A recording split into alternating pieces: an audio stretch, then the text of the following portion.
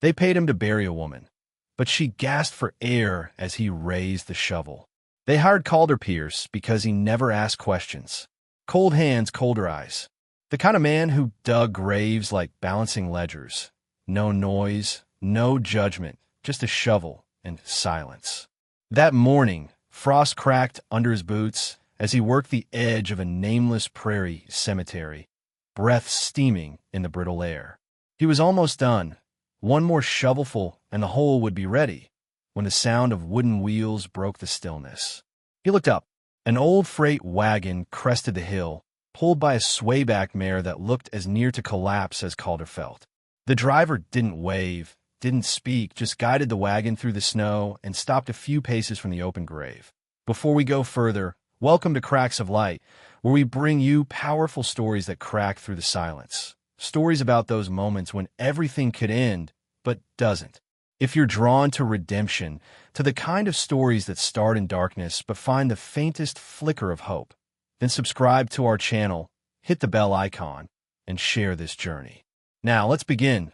The man driving the wagon was hunched forward, wide-brimmed hat low over his brow, coat collar high, face all but hidden. He moved like he hadn't spoken to another soul in days, or didn't plan to ever again. Calder set his shovel into the snow and waited. No names were offered. No grief, no prayer. Just a body wrapped tight in a burial shroud, laced neatly at the throat, hands crossed, hair spilling out like ink on linen. No shoes. Calder asked for a death notice.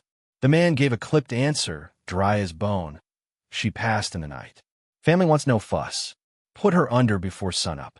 Then he handed Calder a pouch of coins, heavy, too heavy, and turned the wagon around without a backward glance. Calder crouched beside the stretcher. The shroud was damp from melting frost. Through the cloth, he could make out the faint shape of her ribs, the slant of her jaw. He leaned in. Her lips were tinged blue, eyelashes stuck together. Still, something wasn't right. He paused, looked closer. That's when it happened. A flicker. Her chest rose, barely, but enough. His fingers froze on the fabric. She was breathing. Shallow, fragile, but breathing. Her lashes twitched. Her mouth trembled. Calder staggered back, shovel falling with a thud. This wasn't sickness. Her neck bore faint bruises. Behind her ear, dried blood. Poison maybe, or choking. Something meant to look quiet. Clean, not natural. He looked toward the hill. The wagon was gone. No trace but broken snow and distance. Calder cursed under his breath, rubbed a palm down his face. He had a choice. One that could bury him, too. Walk away. Fill the grave. Take the coin. Or lift her up and protect what was broken but not yet gone. His jaw tightened. She stirred again, a whisper of motion, like a leaf twitching in ice water. He gathered her into his arms. She was light, unnaturally light, like someone had drained her life slowly, like a candle burned low. Calder carried her across the field, past rough wooden crosses and empty names. The wind howled around them, biting and sharp, but he didn't flinch. His cabin was tucked behind a pair of frozen cottonwoods, smoke trailing faintly from the chimney. When he kicked the door open, the fire inside had burned down to coals. He laid her on the cot by the hearth, stripped off his coat, and began working fast. Blankets, kettle, heat. Hands that hadn't touched another person in months now shook as they tried to coax warmth back into this fragile, almost dead girl. He didn't know her name, didn't know what world she came from or what had left her for dead. But as her chest rose again, faint and stubborn, Calder knew one thing for sure. She wasn't meant to die out there, nameless in a stranger's grave. And as he sat by the fire, staring at the girl who shouldn't be breathing, Calder felt something else. Maybe, just maybe, he wasn't meant to live like a ghost either. Calder didn't speak when he laid her down on the cot. There were things that didn't need words, and this was one of them. He pulled the quilt over her body, then moved quickly, lighting the fire, setting the kettle, unwrapping his last tin of dried meat just in case she woke hungry. His movements were rough but careful, like he was afraid of breaking something already cracked. Her breath came slow, shallow, her skin still cold. But she was alive, and that mattered more than anything. Noah came in not long after, small boots stomping off snow, cheeks flushed from the cold. He froze when he saw her, eyes darting from the cot to Calder, then back again. She dead. Calder didn't look up. No, the boy hesitated. You sure? I watched her breathe. Noah nodded once, stepped closer, studied her face like he was trying to remember it in case she vanished by morning. He didn't ask more, just took a blanket from the trunk, folded it neatly, and placed it at her feet. She got a name? Calder shook his head. Not yet. The fire crackled low. For a while, none of them said anything. Calder sat beside the cot, a tin cup of warm water in hand, trying every few minutes to press it gently to her lips. The first time, nothing. Second, a twitch. By the third try, she parted her mouth slightly. Some water spilled down her chin, but some slid in. Her throat moved. She's trying, Noah whispered. That counts. Calder didn't answer, but his grip on the cup tightened. The girl stirred again around dusk. Not fully awake, not yet, but something deeper in her shifted. Her hand curled near her chest, fingers twitching like she was grasping at something in a dream. Later that night, while Noah slept curled by the fire, Calder kept watch. He didn't sleep. He never really did. Not well. He sat in the old rocking chair with the revolver in his lap, staring at the girl. Her face was pale, lashes still frozen at the tips, lips dry and cracked. But her expression had changed. Less slack now, more tense. Like she was fighting something behind her closed eyes. A name, maybe a memory. At one point, she flinched, turned her head sharply, and mumbled something that sounded almost like a no. Calder moved closer, crouched beside her. She whimpered once, hands clenched. He caught the edge of her sleeve as it slipped back, bruises, faint but unmistakable, wrapping around her wrist. He checked her neck again, gently. More bruising, purplish and raw, half hidden beneath the collarbone. There was a dark crust near her ear, dried blood, faint but fresh. Not from fall, not from sickness. Someone had done this. Someone had meant for her to stay quiet. The next morning, she opened her eyes for the first time. Pale gray, cloudy at first, then sharpening. She didn't speak, just looked at Calder, past him, around the room, then pulled the blanket tighter, curled into herself, and closed her eyes again. Calder didn't press. She wasn't ready, but something had changed. He felt it. By the second day, she was able to sit up with help. Still no words, but her eyes followed everything. Noah's small frame moving across the room, Calder's hands as he chopped wood or stirred the kettle. She flinched at loud sounds, froze when boots scraped the floor too fast, tensed every time the wind slammed the shutters. But she stayed. She ate when food was offered, drank what she could. When Calder handed her a strip of cloth for her hands, she clutched it like a lifeline. Noah talked the most. He didn't ask questions, just told her things. About the crows behind the barn. About how the schoolteacher spit when she yelled. About how Calder once tried to make stew with kerosene instead of broth. She didn't laugh, not really, but her lips twitched once, barely there. It was something.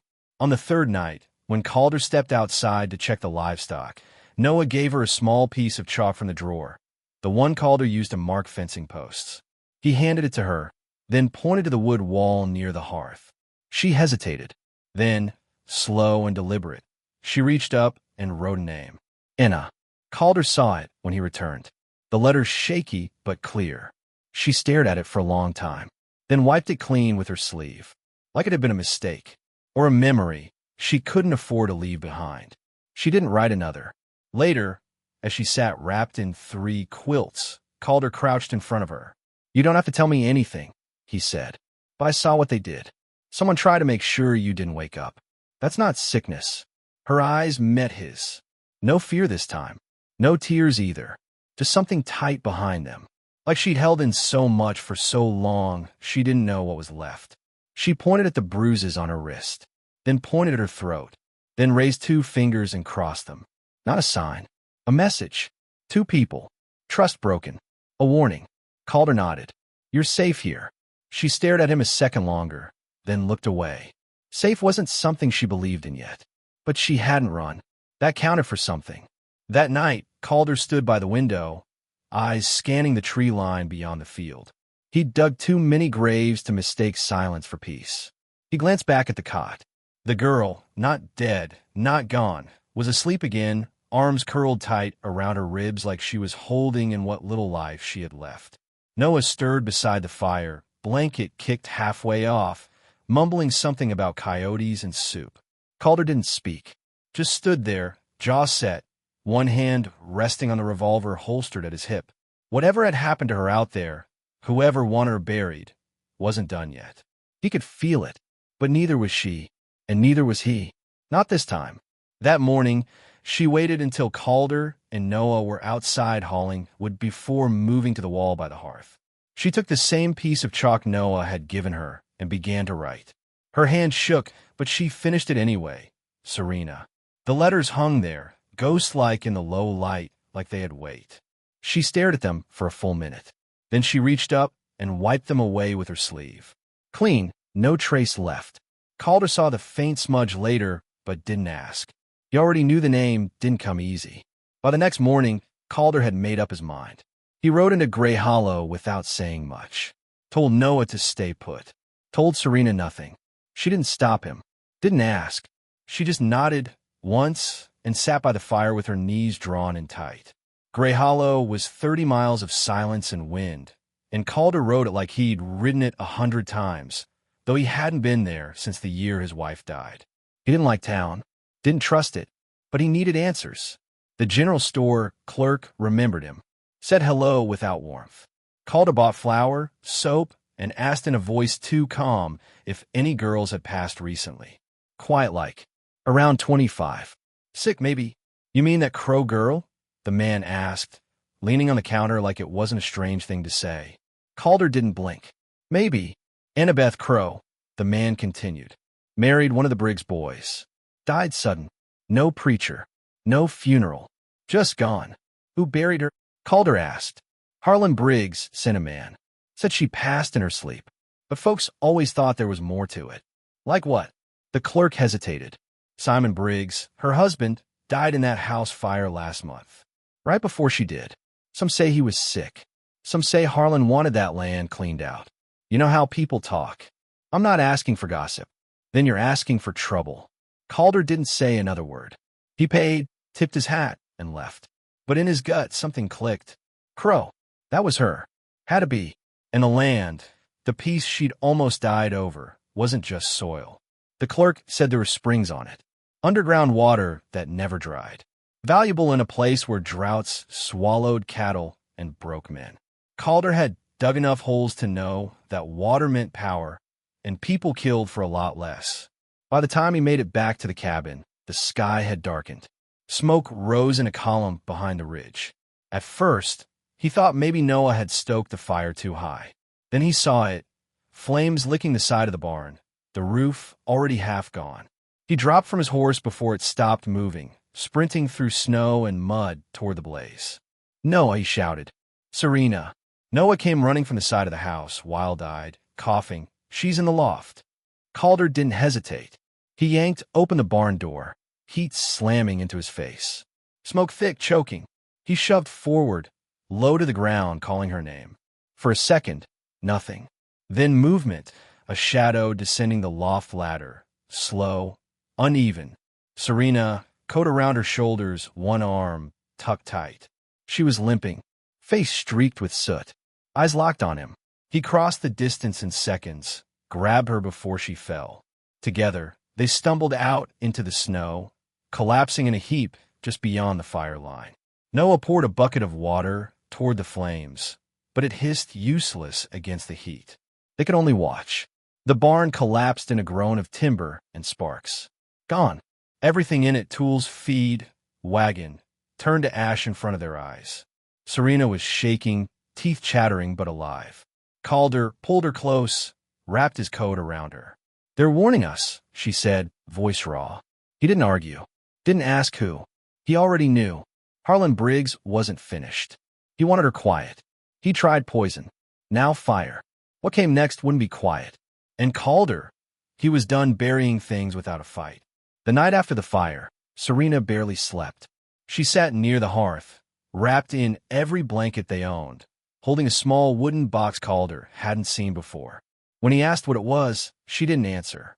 Just opened it slowly and pulled out a folded sheet of paper, edges burnt, creases worn deep. She handed it to him. A land deed. Still valid. Still in her name. It was her mother's land, passed down. Calder studied the signature at the bottom, then looked at her. She didn't say a word. She didn't have to. It was the kind of paper people killed for. It's not just land, she whispered finally. There's water beneath it. Deep spring veins. Reed wants it. You sure he knows what's in this? He's the one who told me, she said, voice flat. Said if I just disappeared, it'd all get handled clean. Said there'd be no bruises. No blood. Just sleep. I guess I disappointed him when I woke up. Calder didn't respond right away. He folded the deed carefully, slipped it into his coat. We go to town. File this publicly. Make it legal again. You show up breathing, with the law behind you, and he won't be able to bury you twice. Serena blinked, slow and deliberate. You trust the law? No, Calder said. But I trust noise. And if this gets loud enough, even men like Reed can't hide behind silence. At dawn, they saddled up. Serena wore Calder's old coat, buttoned to the neck. Her jaw was tight.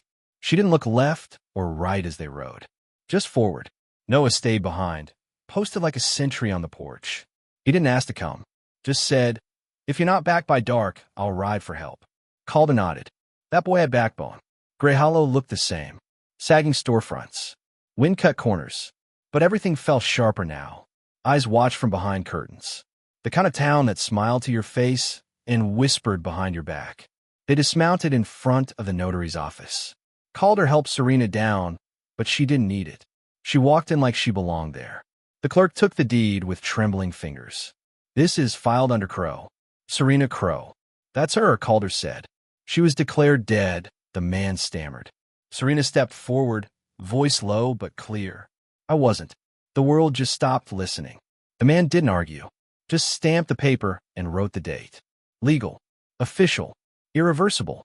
Outside, trouble waited like it always did. Sheriff Dalver leaned against the hitching post, chewing on a toothpick. His boots were muddy, his spurs untied. Well, he said, you look real lively for a corpse. Serena didn't flinch. Calder stepped in front of her. You gonna stop us? Ain't my business, the sheriff shrugged. But you're stirring dust, Pierce. Reed doesn't like dust. You burned my barn, Calder said. The sheriff's smile twitched. Hard thing. Fire. Hard to trace. So are bullets, Calder replied. But I'll send one your way if you touch what's mine again. The sheriff didn't smile that time. He looked at Serena. You sure you want to stand tall like this? Ain't many second chances in this world. I'm not asking for a second chance, Serena said. I'm claiming the first one no one ever let me have.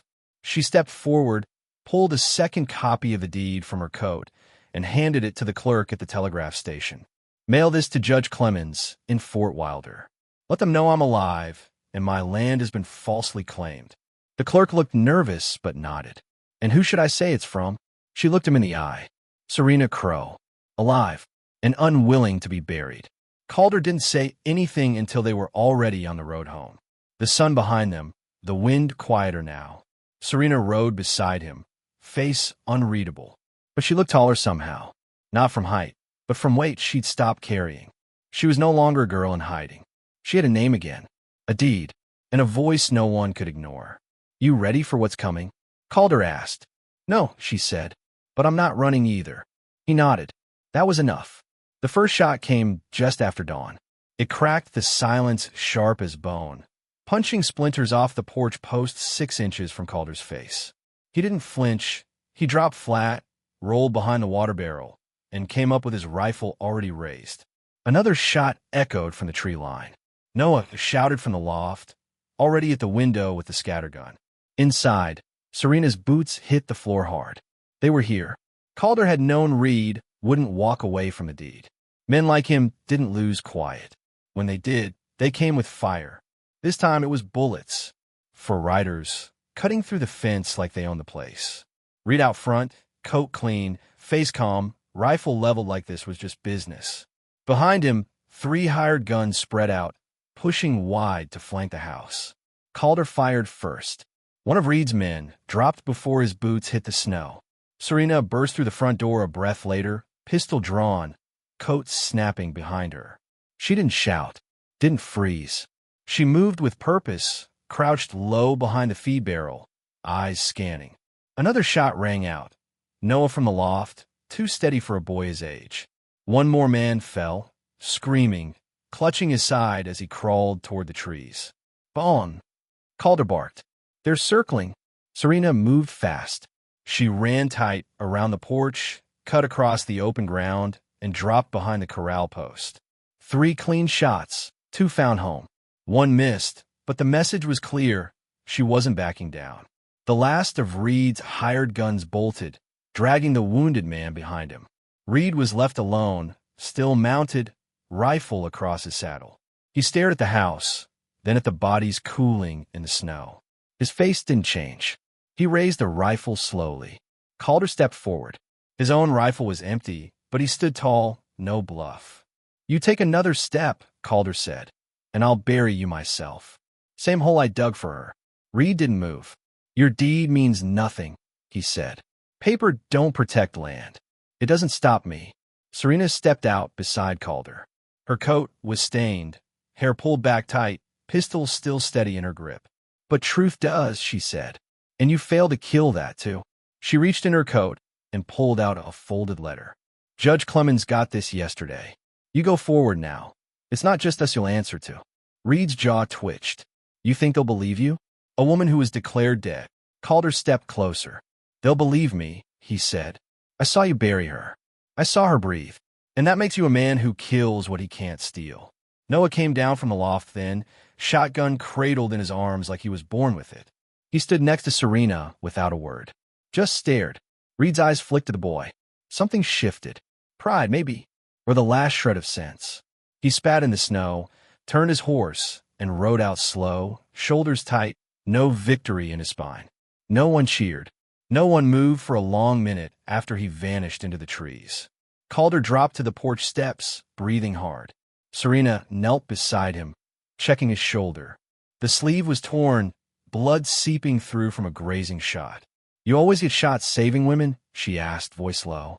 He looked at her, eyes flat. "Only the ones worth the trouble." She smirked, then wiped her hand across her cheek, streaking soot with snow. Noah sat nearby, legs out, holding the shotgun like a badge. "Is it over?" he asked. Calder didn't answer right away. He looked out at the fence line where the bodies lay, then back to the house, still standing behind them. "I think we just buried the worst of it," he said. "Not all of it, but enough for now." 2 days after the shooting, the marshals arrived. They didn't come with fanfare or warning, just rode in quiet, 2 horses, badges cold in the early light, and a warrant folded crisp in one of their coat pockets. Calder didn't ask who sent them. He already knew. Serena had made sure her name was heard in places Reed couldn't silence. The paper was legal. The witness was real. The truth had finally gotten loud enough. Reed didn't fight when they cuffed him. He stood outside the saloon in Gray Hollow, hat in his hand, mouth tight. The townsfolk watched but didn't speak. He'd walked tall in that town too long. Now he left it hunched between 2 strangers who didn't care who he'd paid or who he'd buried. One marshal tipped his hat to Calder on the way out. "She said you dug the grave. Glad you didn't finish it." Calder just nodded. Back at the ranch, the wind had calmed, but the ground was still hard from the freeze. Serena stood on the porch, arms crossed, coat open, hair loose. When she saw the marshals in the distance leading Reed away, she didn't flinch. Didn't smile. Just watched. When the horses disappeared down the ridge, she turned and stepped back inside like the war had ended and she no longer had to hold the line. That night, Calder found her by the hearth, staring at the tin star Noah had made and pinned to the curtain. She didn't look up when he came in, just said, "He's gone." "I know," Calder replied. "You did that." "No," she said. "We did."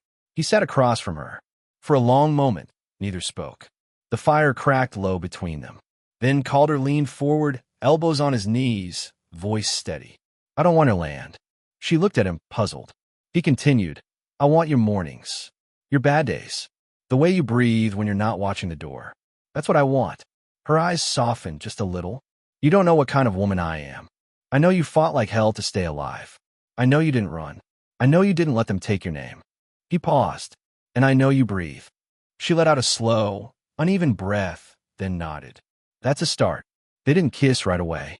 That wasn't their language. What came next wasn't rushed. They moved around each other like people who'd already lived through the worst and were still deciding what came after. Calder stopped sleeping by the door. Serena started unpacking the chest she'd never fully opened. Noah built her a second shelf beside the hearth. No one spoke about the fire anymore, or the grave. In Grey Hollow, folks kept their distance. Some whispered, but no one tried anything. Ree was gone. His name was dirt. The springs beneath the land still flowed, same as ever. Serena filed the final paperwork at the county office. Calder waited outside, leaning against the post, watching her walk tall through a building she never thought she'd step into alive. When she came out, she handed him the official stamp. Yours too, if you want it, she said. I already have what I want, he replied. That winter ended quiet. No more gunshots. No more smoke. Just snow that melted slow and mornings that didn't start with fear. Serena stood outside most dawns now, hands in her pockets, watching the light rise. Calder joined her sometimes. They didn't say much. Didn't need to. They were alive. They were home. And for the first time, that was enough. Calder stood at the edge of the old grave plot, shovel in hand. Same spot he'd nearly buried her in. Same ground he'd dug without questions. The earth was frozen then, tight as his own chest. Now it was thawing, soft with melt. He hadn't meant to return here. Not today, not ever. But something in him needed to see it again. Needed to stand where he first saw her lips twitch, where the cloth over her face moved and nothing made sense but instinct. He stared at the shovel, then at the undisturbed soil. That first breath she took wasn't just hers. It cracked something loose in him. It let light in where he didn't think it could reach. He'd been the one dying before that moment, too quiet to know it, too buried in routine to feel it. Serena's steps were light behind him. She didn't speak right away. Just stopped beside him, hands tucked in her coat. He glanced over. She was watching the spot, too. You came back, she said. Some places pull you, he answered. This one nearly buried both of us. She gave a small nod, then looked straight ahead. You thought I was dead. I did, he said. Now I think I was the one not breathing. She crouched and ran a glove across the snow. You know the hardest part about dying? He waited. It's not disappearing, she said quietly. It's coming back. Waking up when the world already moved on. Calder swallowed hard. You didn't just come back, he said. You fought your way through the dirt. She looked up at him. So did you. The wind shifted. A crack of sunlight broke through the clouds, the first in days. It hit the old wooden cross nearby and shimmered off the icy ground. Calder didn't say anything more. He dropped the shovel. Not like a man giving up, but like one finished with what he'd come to do. The grave he nearly filled wasn't hers. Wasn't his either. It was a turning point. The end of silence. The start of something else. They walked away side by side. No rush. No fear. Just quiet understanding. Home waited behind them. So did Noah, probably grumbling over the fire, asking what took so long. Serena reached for Calder's hand. He didn't flinch this time. He held it. If this story spoke to something in you, if you believe in second chances, in voices the world tried to bury, in lives that choose to rise, then hit the like button, leave a comment, and share your thoughts below. Don't forget to subscribe to Cracks of Light for more stories that fight through the silence. We'll see you in the next one.